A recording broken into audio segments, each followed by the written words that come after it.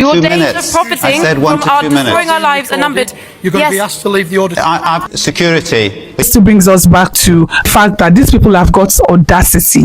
They've got nerve to be racist, to be talking about how Africa is poor, about how Africa is this. Meanwhile, they are the thieves that have refused to leave the continent. You have refused to go because you cannot live without Africa. Guys, let us make sure that we are clear on the fact that the world needs Africa more than Africa needs them. Why? Because majority, if not more than 80% of the world's natural resources are found on this continent. As a nation is nothing without Africa. The French are where they are because of Africa.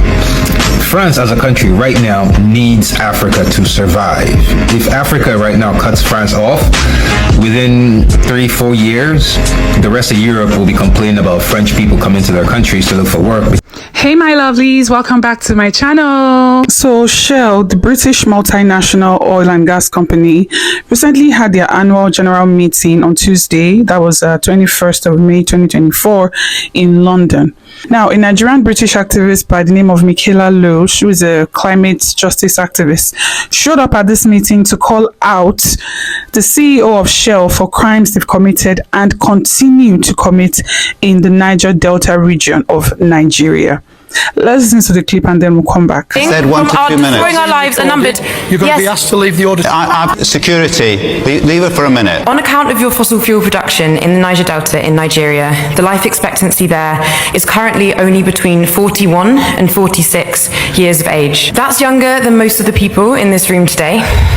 How can you be comfortable profiting from limiting the lives of millions of people? The money that lines your pockets and allows you to comfortably grow old prevents that same dignity for people in the Niger Delta. In the 70 years where you made stupendous profits for your shareholders, you transformed the Niger Delta into the most polluted place on earth, and its people among the poorest and most poisoned. In that period, your company has been complicit in flaring gas non-stop at 178 flare points all over the Niger Delta, emitting millions of tons of CO2 yearly and poisoning over 40 million people with cancer and other respiratory illnesses. Several reputable studies have established that methane, carbon dioxide, and other chemicals from flared gas poison people with cancer, respiratory illnesses, birth defects, and diseases of the skin. When it rains, the poisonous chemicals in the atmosphere return to further pollute the soil and rivers, reducing farm fertility and killing fishes. Several scientific reports, including those from the United Nations Environment Programme, have been published, all of them indicting you for massive pollution and poisoning. They have confirmed that your activities have led directly to major health risks and livelihood losses. This is not speculation, these are facts. But it feels important now to share a human story. Our friend's only water source, a hand-dug well, has produced nothing but crude oil for 3 years. In 1 year alone, our friend unexpectedly lost his sister, his father, and his baby niece. Up until now, Shell has refused to accept that its ruptured pipe is the source of the pollution that has contaminated the drinking water of the entire community. I'm sorry, could you maybe ask a question? I said 1 to 2 minutes. I've already given you 4. Sorry, could you ask a question? Thank you. Heartbreakingly, this is the reality for countless families as a result of your pollution. Who will fix the health of millions of people you have poisoned? For years, you have pushed back against the legal case from the Igale and Bile communities, against you for your decades and decades of pollution. The Igale and Bile communities are many of hundreds of communities whose livelihoods have been devastated by Shell and who are now suing Shell this year in the UK courts for a violation of their health and for their right to health and a clean environment. It's convenient that this case coincides with you selling off your onshore oil assets to shadow consortiums that were conveniently only set up recently. Now that the case can be heard in the UK courts, we know that you are rushing to sell off your assets to avoid accountability. You're attempting to walk away from 7 decades of reckless oil extraction and its attendant ecological health and livelihood impacts. As you always have, you're attempting to avoid justice. and reparations. Okay, we've got your we question. will not let I'm you going do to that. ask the- I'm you will going to not ask get the away with the CEO destruction of I'm our going to ask the communities. CEO to People across answer the world now. rising up against the Delta and I against said Shell. 1 to 2 Your days minutes. of profiting I said 1 from to our 2 destroying minutes. our lives are numbered. You're going to be Yes. asked to leave the auditorium. Those of you who do not know, this battle did not just begin. Actually, there was a case that has just finally been resolved for over 15 years now, but it ended in, let me say, positively for Nigerians. So the Nigerian farmers, some Nigerian farmers and their communities, sued Shell, and Shell has been ordered to pay them 15 million euros in compensation. In fact, that was last year, so the payment should have actually been done already, ending a lawsuit that lasted 15 years. And the case was about it says, in 2024, 4 farmers, together with Milio Defense, initiated legal proceedings against the headquarters of Shell in The Hague. Their motivation was oil pollution in the villages of Oruma, Goi, and Ikot Ada Udo in the Niger Delta in Nigeria. The oil spills occurred between 2004 and 2007. Every year, 240 million liters of oil leaks into the Niger Delta, seriously contaminating rivers and farmland, and with disastrous consequences. People become sick through the food they eat, the water they drink, and the air they breathe. Women here suffer twice as many miscarriages as in the rest of Nigeria, and infant mortality in the Niger Delta is extremely high. People go hungry because there are no fish left in the rivers, and the yield from the fields is so poor. Unemployment is high in the region, and extreme violence commonplace. All of this is a consequence of oil pollution by companies such as Shell. Now, for some of you might have been following my channel for quite some time, you guys know that I do not like to cover, not necessarily negative, but I always try to just focus on the positives in the country. The reason being that like too many people already talk about the negatives on the daily. Unfortunately, this comprises of a large number of Nigerians as well, who do nothing but bash and bash and bash. So I leave it to them, and I just try to highlight the positives, because very few people are actually doing that, and I've realized that it is such an imbalance, and it is just not right, because at the end of the day, we all bear the consequences of only painting our country negatively all the time. We get to the diaspora, and we might get treated some type of way, because a Nigerian just like us has done a terrible job of portraying their country. So I rarely do that here. However, one of the reasons why I have decided to cover this today is just to show that it is a new era. I keep saying it, and it is not only a new era in terms of entertainment, Afrobeats, music, our culture, our food, and how the way the world is embracing the Nigerian identity now, which is a beautiful thing, by the way. But it is not just that, because some people have said, yes, what about the other important areas? Please, entertainment and all of these things are important areas, because perception is half the battle. But it is a good thing to see that even in areas like this too, the youth and the young people are taking the bull by the horn, and have decided to be the drivers of their own destiny, and they are coming out to say, you no longer, did you notice how the young lady said your days are numbered, like your days of